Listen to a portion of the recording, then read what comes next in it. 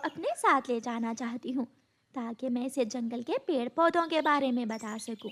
ठीक है, सिपाही चिड़िया के पीछे पीछे जाओ और चिड़िया ले जाओ, तुम छोटे राजा को अपने साथ ले जाओ। चिड़िया छोटे राजा को अपने साथ ले जाती है। चिड़िया सबसे पहले अमरूद के पेड़ के पास जाती है।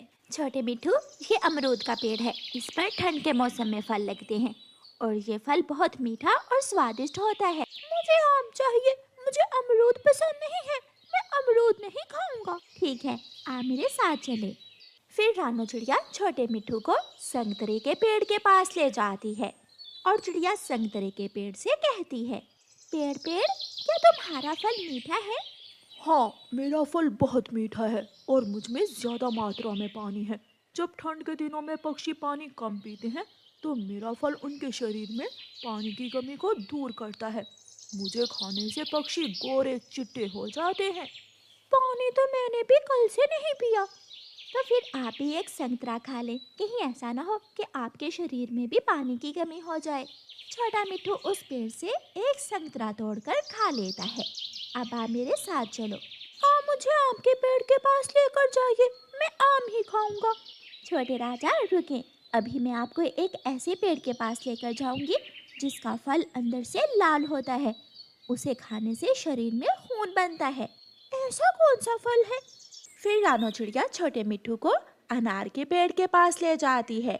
उस पेड़ पर पके हुए लाल लाल अनार लगे हुए थे। क्या आप ये फल खाना पसंद करोगे? नहीं, मैं तो आम ही खाऊंगा। ये सुनकर अनार का पेड़ रोने लगता है। आह, मैंने पूरे गर्मी के मौसम में मेहनत की, इतना पानी जमा किया कि मैं ठंड के मौसम में आप पक्षियों के लिए मीठा रस बना सकूं। मुझे इंतजार था कि जब ठंड आएगी और पक्षी मेरा फल खाने आएंगे। दोस्त छोटे राजा, मेरा फल बहुत मीठा है, मुझे आपके पेड़ के पास ले जाइए। छोटा राजा अपनी जिद पर था, इसलिए चिड़िया छोटे राजा को आम के पेड़ के पास ही ले जाती है। पेड़ पेड़, हम आपके आम खाने आए हैं, क्या आप छोटे राजा को आम दे सकते हो? मेरा फल गर्मियों के मौसम में होता है क्योंकि मेरे फल को पकने के लिए गर्मी और धूप की जरूरत होती है। लेकिन मैं खाऊंगा, मुझे आम ही खाना है। मैंने अपना एक आम का फल पत्तों में छुपा कर रखा हुआ है, क्या आप उसे खाना पसंद करोगे? ये सुनकर छोटा राजा खुश हो जाता है। हाँ, जरूर, मैं आम खाऊंगा, मुझे जल्दी से आम का फल दे दे। फिर वो पेड़ अपने पत्तों में छुपाया हुआ एक आम का फल निकालता है। लो, ये आम का फल आप खा लो। ये तो हरे रंग का है, मैं तो पीले रंग का पका हुआ आम खाऊंगा। लेकिन राजा जी, जब धूप होगी, गर्मी होगी, तो फिर ही ये आम का फल पककर पीला होगा। इसलिए ठंड के मौसम में आपको ऐसा ही आम मिलेगा। छोटा राजा वो कच्चा आम लेकर अपनी चोंच मारता है। ये ये तो बहुत खट्टा है, बेस्वाद है ये आम का फल। छोटे राजा, हर फल मौसम का ही अच्छा लगता है। जो मौसम हो उसी मौसम के हिसाब से ऊपर वाले ने फल बना रखे हैं। मुझे माफ करना, मैं आपको मीठा फल नहीं दे सकता।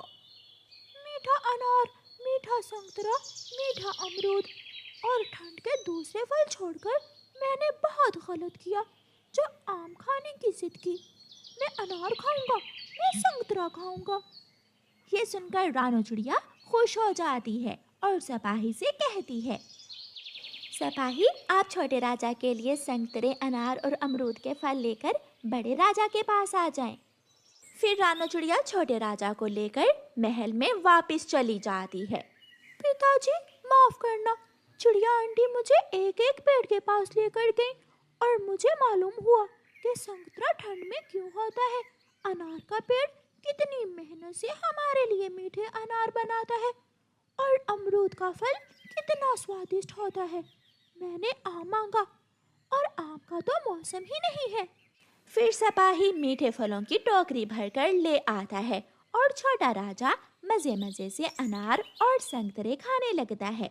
चिड़िया, आपका बहुत बहुत शुक्रिया जो आपने मेरे बेटे को जंगल के फलों के बारे में जानकारी दी। ये इसके लिए जीवन भर काम आएगी।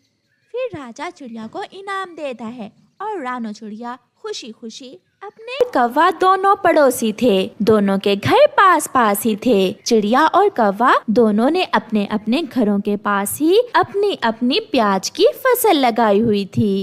कालू देखो तो वो छोटी चिड़िया कैसे काम कर रही है, दोपहर को भी आराम नहीं करती। और तो और इसकी वो पिद्दी सी बेटी भी इसके साथ पूरा काम करवा रही है। जो भी कर ले, फसल तो मेरी ही अच्छी होगी, चिड़िया से ज्यादा मुनाफा कमाऊंगी मैं।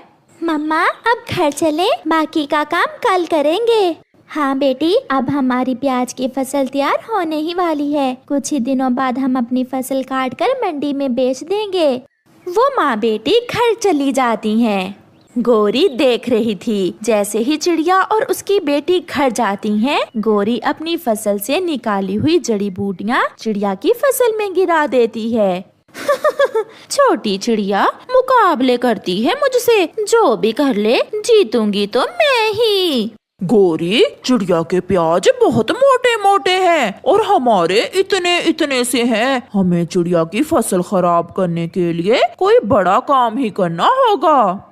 रात हो जाती है। आसमान पर गहरे बादल थे और बारिश भी शुरू हो जाती है। गुड़िया बेटी, मैं बारिश से डर रही थी और बारिश शुरू हो गई। प्याज की तैयार फसल ज्यादा पानी से खराब भी हो सकती है। मम्मा आप चिंता न करें, जो हमारे भाग्य में होगा वो हमें मिल जाएगा। कालू जी, चिड़िया का खेत हमारे खेत से नीचे है या ऊपर? गोरी, चिड़िया का खेत हमारे खेत से गहराई में है। तो फिर मौका अच्छा है चिड़िया की फसल बर्बाद करने का। चलो हम जाकर अपने खेत का सारा पानी चिड़िया के खेत में निकाल देते हैं। अच्छा मशवरा है। ऐसे तो कल तक ही चिड़िया की प्याज की फसल पूरी तरह बर्बाद हो जाएगी। फिर वो दोनों शैतान पति पत्नी घर से निकलते हैं। कालू कौवा अपनी फसल का सारा पानी चिड़िया के खेत में छोड़ देता है। कुछ ही देर में चिड़िया का खेत पूरी तरह पानी से भर जाता है। अब बारिश रुक भी गई तो चिड़िया बचा न सकेगी अपनी फसल को। वो दोनों घर चले जाते हैं। सुबह हो जाती है। बारिश भी रुक गई थी। चिड़िया जैसे ही अपने खेत में आती है, उसकी तो जान ही निकल जाती है। गुड़िया, ये क्या हुआ? हमारी फसल तो पानी से भर चुकी है। ऐसे पानी में तो हमारी प्याज की फसल गल सड़ जाएगी। मम्मा, बारिश इतनी ज्यादा तो नहीं थी जितना पानी हमारे खेत में जमा हो गया है। वो माँ बेटी बैठकर रोने लग जाती हैं। अपने खेत में बैठे कौवा और कौवी उन्हें देखकर हंस रहे थे। रोई रोई गोरी, वो देखो चिड़िया रो रही है। अब पता चलेगा चिड़िया को कि गोरी किसे कहते हैं। चिड़िया बैठी रो रही थी कि वहाँ मिट्ठू तोता आ जाता है। चिड़िया, बहुत बुरा हुआ, तुम्हारा तो सारा ही खेत पानी से भर गया है। मिट्ठू भैया, मैंने बहुत मेहनत की मगर मेरी सारी फसल खराब हो गई है।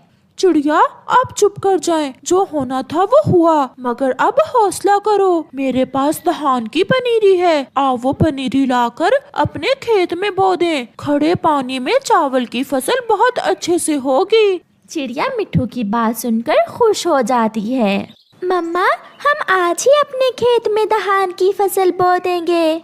फिर चिड़िया और उसकी बेटी मिट्ठू के साथ जाती हैं और मिट्ठू के खेत से धान की पनीरी लेती हैं। चिड़िया, अगर चावल की फसल हो गई तो तुम प्याज को भूल जाओगी। मम्मा चिड़िया और उसकी बेटी सारा दिन काम करती हैं। वो अपने खेत में धान की पनीरी लगाती हैं। गोरी, देखो तो चिड़िया पागल हो गई है। ऐसे पानी में अब न जाने क्या बो रही है। हाँ पक्षियों, क्या आप मेरे पास सूखी और छोटी लकड़ियाँ लेने आए हो? चाचा जी, हमें मैना ने भेजा है, हमने घोंसले बना रहे हैं। सुना है आप सबकी मदद करते हैं। हाँ, मैं सबकी मदद करता हूँ। वो देखें, मैंने छोटी लकड़ियाँ काट कर गठरियाँ बना कर रखी हुई है। आप सबको जितनी लकड़ियों की जरूरत है आप ले जाएं। फिर वो सब अपनी अपनी लकड़ियों की गठरी वहाँ से उठाते हैं और चले जाते हैं। घोंसले बनाने के साथ साथ हमें पेट भी भरना है। मैं घोंसलों का काम करती हूँ और आप दोनों जाकर दाना ढूंढ लाएं। चिड़िया रानी, मेरे घोंसले में सूखा घास ज्यादा लगाना, मुझे नरम घोंसला पसंद है। तोता और कबूतर दाना लेने चले जाते हैं। रास्ते में वो कौवे को सूखे पेड़ पर घोंसले में बैठा हुआ देखकर रुक जाते हैं। कौवे, तुम यहाँ क्या कर रहे हो और ये घोंसला किसका है?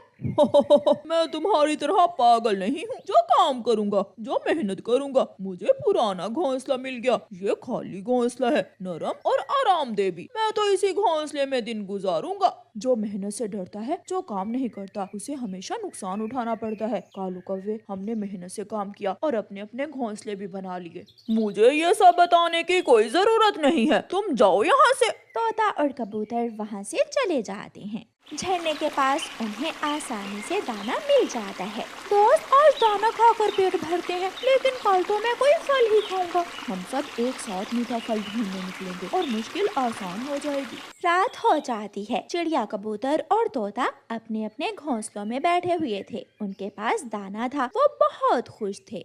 एक बुलबुल जिसके पास कपड़ों की गठरी थी, वो थकी हुई उड़ती हुई आहिस्ता आहिस्ता सूखे पेड़ के पास पहुंच जाती है। कौवे, अरे ओ कौवे, तुम यहाँ क्या कर रहे हो? निकलो बाहर मेरे घोंसले से। क्या ये तुम्हारा घोंसला है? ये खाली था, इसलिए मैंने इसे अपना घोंसला बना लिया। मैं दूसरे जंगल अपनी माँ से मिलने गई थी। मुझे थोड़ी देर क्या हुई, तुमने मेरे घोंसले पर ही कब्जा कर लिया। निकल बाहर, या फिर मैं माही झील को बुला कर लाऊं। वो जरूर न्याय करेगी। वो सबका बहुत ख्याल रखती है।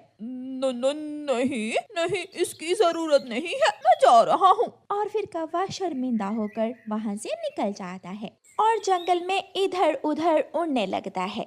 रानो चिड़िया, कबूतर और तोता मजे से मीठी नींद सो रहे थे, क्योंकि उन्होंने मेहनत की थी। उनके पास घर थे। और कौवा जंगल में एक पेड़ की डाल पर बैठा कांप रहा था, क्योंकि रात होते ही जंगल में ठंड बढ़ गई थी। 3 दोस्त, पेड़ों की कहानी। 2 आम के पेड़ और उनके दरमियान में एक अमरूद का पेड़। तीनों दोस्त थे। वो एक दूसरे से बातें करते, एक दूसरे से मजाक करते। मुझे किसने मारा? मेरी नाक पर शाख लगी है। ना, मैं तो सो रहा था। मुझे क्या मालूम किसने मारा है तुम्हें? मोटे मैंगो, तुमने ही मारा है मुझे। तुम्हारी वो वाली लंबी शाख मेरी नाक तक पहुंच सकती है। झूठ मत बोलो, मैं तो सो रहा था। आम का पेड़ फिर से सो जाता है और उसका दोस्त मैंगो फिर से अपनी लंबी शाख अपने दोस्त को तंग करने के लिए बढ़ाता है, मगर इस बार उसका दोस्त उसकी शाख को पकड़ लेता है। पकड़ लिया, मैंने चोर को पकड़ लिया। फिर वो सब हंसने लग जाते हैं।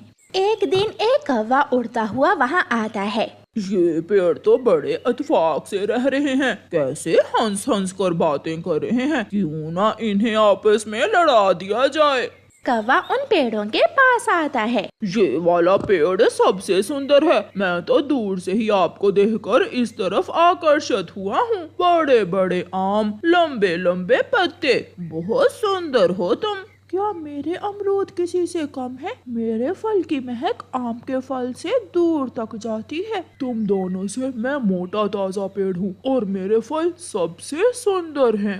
ये फैसला आपको करना होगा कि आप तीनों में से सबसे सुंदर, सबसे रसीला और सबसे मीठे फल देने वाला पेड़ कौन सा है। ऐसा कहते हुए कौवा वहाँ से चला जाता है। मान लो, तुम दोनों मेरी बात मान लो। वो कौवा मुझसे आकर्षित होकर इस तरफ आया था। अमरूद होकर कैसे मान लूं? मेरे फल की खुशबू उसे इस तरफ खींच लाई थी। तो ठीक है, पता चल जाएगा किसमें कितना दम है।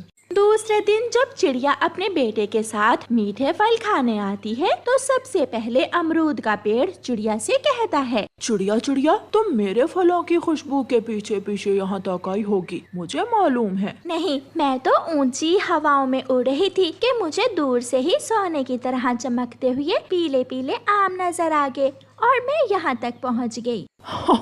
देखा, मैं न कहता था मैं सबसे बड़ा हूँ। मैं ही वो हूँ जिसे देखने, जिसके फल खाने पक्षी इस तरफ आते हैं। तुम्हारे आम खट्टे हैं और मेरे मीठे। इतना बड़ा झूठ मत बोलो। चिड़िया, एक बार मेरा आम खा कर देखो। चिड़िया उस पेड़ से एक आम खाकर देखती है। छी, ये तो बहुत खट्टा है, ना स्वाद ना मिठास। मैं ये आम नहीं खा सकती। मम्मा, हम उस दूसरे पेड़ से आम खा लेते हैं। ये आम जरूर कच्चा होगा। आप मेरा दूसरा फल तोड़कर खाइए, वो बहुत मीठा और रसीला होगा। चिड़िया दूसरा आम तोड़ती है, मगर वो आम भी बहुत खट्टा था। चिड़िया छोड़ो, जाने दो इस पेड़ को, तुम मेरे पास आओ, मेरे आम खाकर देखो। मेरे आम राजा के महल तक जाते हैं, सबसे मीठे हैं मेरे आम, जो एक बार खाएगा बार बार मांगेगा। चिड़िया अपने बेटे के साथ दूसरे पेड़ पर चली जाती है और एक आम खाने लगती है। मम्मा, ये तो बहुत खट्टा है, मेरी चौंची खट्टी होगी, मैं ये आम नहीं खा सकता। ऐसा कैसे हो सकता है? मैंने अपनी पूरी ताकत लगा दी अपने फल को मीठा करने में। पहली बार ऐसा हुआ है कि मेरे फल खट्टे हैं। दोनों आम खट्टे, दोनों आम के फल बेकार। चिड़िया, मेरा फल खाकर देखो, बहुत मीठा और स्वादिष्ट है मेरा अमरूद का फल। चिड़िया दोनों आम के पेड़ों को छोड़कर अमरूद के पेड़ पर जाकर बैठ जाती है। अमरूद के पेड़, तुम्हारे अमरूद तो बिल्कुल फीके हैं, ना मीठे ना खट्टे, तुम तीनों पेड़ ही बेकार हो। मैं सबको बताऊंगी कि